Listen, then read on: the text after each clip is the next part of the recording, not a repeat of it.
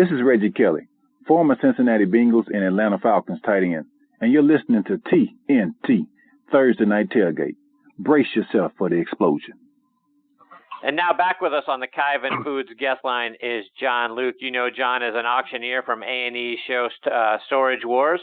He's from North Harlem, New York. He's a big Jets, Yankees, Rangers, and Knicks fan. I think every once in a while he might sprinkle in a little Giants too. He's traveled all over the country doing auctions for charities, big companies, estates, and like I say, Storage Wars as well. He's met a lot of celebrities, athletes, executives along the way. We had a great time the last time he joined us here on the show, and we are honored that he has taken time to come back on the show with us again tonight here on Thursday Night Tailgate. Hey, John, Chris, and Bob, thanks for coming back and being a part of the show. Welcome back. Hi, guys, and I have to tell you, I'm honored and privileged that you guys asked me to come back. I love your show. I've been listening to it, and very interesting. Great stories. Thank you, John. So, John, I wanted to start our time with you tonight by getting your thoughts on your Jets. It looks like this is going to be a lost season based on, the turnover of the roster. But how are you feeling about the direction your Jets are going in? What's the next question?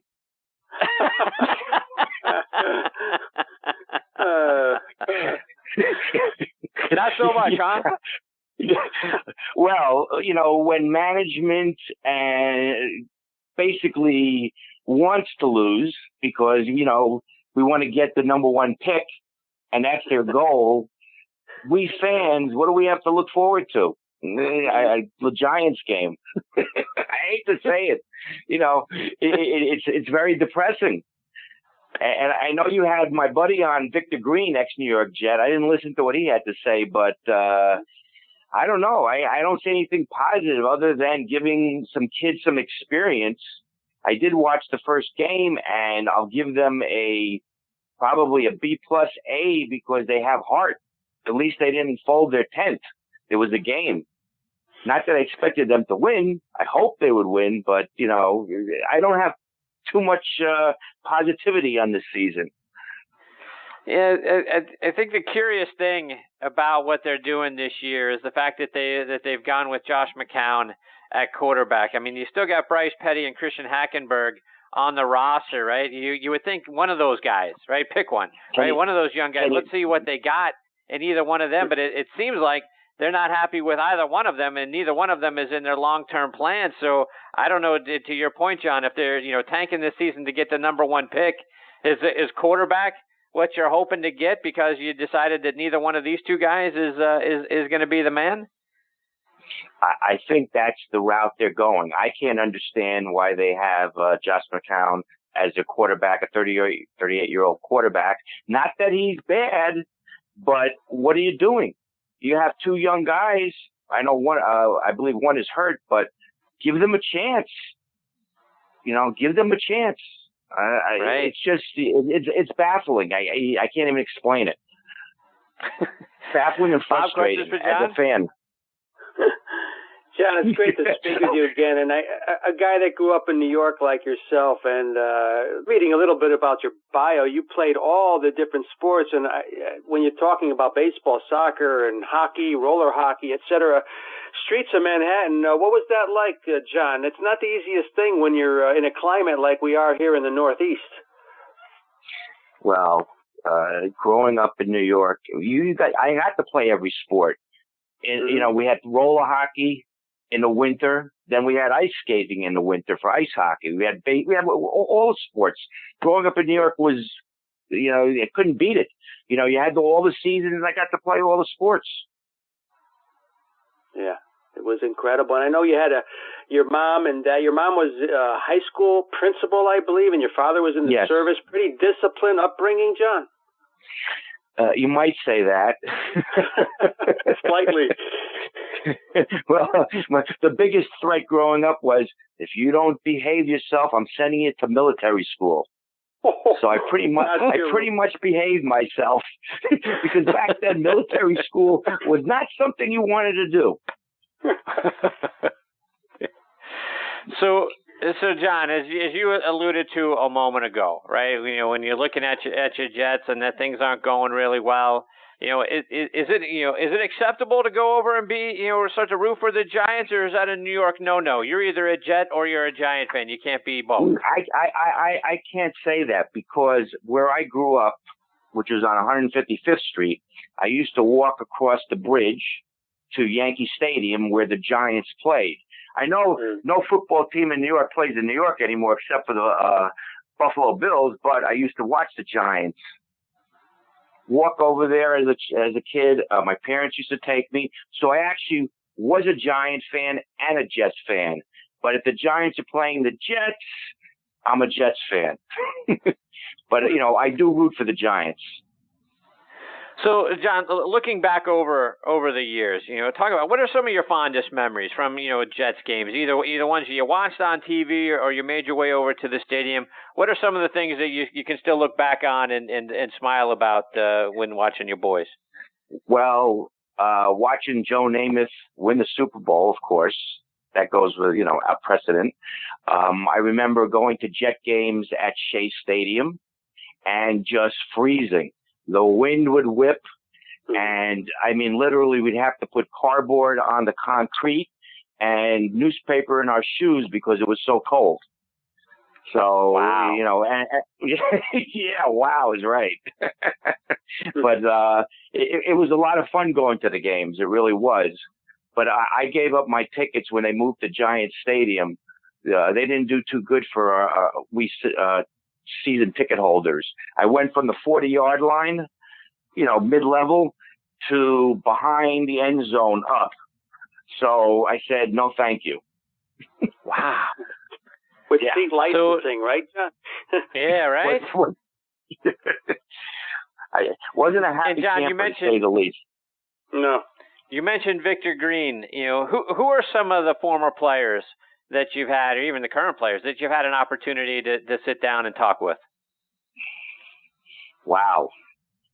For the Jets, Greg Buttle, I met Mark Gastineau because I did the Joe Namath event, his charity event, 2 years ago. So I actually got to meet Joe Namath too. But he has 110 Hall of Fame athletes there. And then Victor Green's event is actually coming up next week.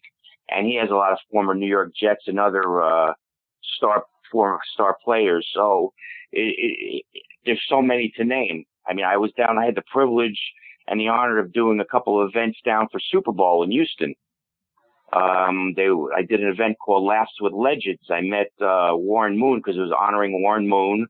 And you had Larry Centers, Andre Reed, John Randall, and Bubby Brister there. And then we're doing it again, I believe, next month. That's the best thing about what's happened doing the television show. It's like a fantasy for me because I get to meet all the stars that I grew up with in most of the sports. And sadly enough, I became a friend of Meadowlark Lemon, and sadly he passed away. So, that was pretty hard because he was a great guy. Bob, more for John? And that was my next question about Meadowlark. I was fascinated that you became incredibly close friends, John. From having watched the Globetrotters, I probably saw them live a dozen times over the years. I think he went to his grave, people thought he was kind of a clown prince and everything like that. But if you get to know the guy, he was a minister and probably one of the most incredible ambassadors, not just for basketball, yes, but throughout the globe. One of the great human beings to ever walk this earth, and I'm not being too dramatic. No, you're not. He had a heart of gold, totally. And I had the pleasure of meeting and speaking with his wife, and she told me some incredible stories that, he one story was he was doing an event down in North Carolina, is where he is from, and he gave basketballs to 50 people, and there was a 51st kid that he didn't have a basketball to give. He drove an hour and a half to the nearest store that he could get a basketball and drove back to give it to the child because he didn't want him to be the only one without a basketball. Can you imagine that? Yeah. Wow. So refreshing, and that's another thing about yourself, John. Incredibly charitable. You donate your services to auctions, et cetera. Especially these days, we have so many causes out there. When did you really get into the charitable stuff, John? And I'm sure it probably originated from your childhood. Well, I'm blessed to have a skill that can be used to raise money for charities. I've been doing them for years. And in fact, my job is so interesting.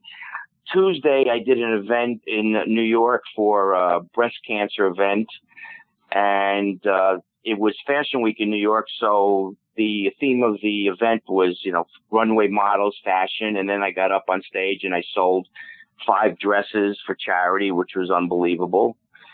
And the week before that, I did an event for Queen Center for Progress in New York, which is one of the Home Depot's charities. And you had all the executives from the Northern President to all the executive vice presidents, and you had 450 golfers on 4 golf courses in New York.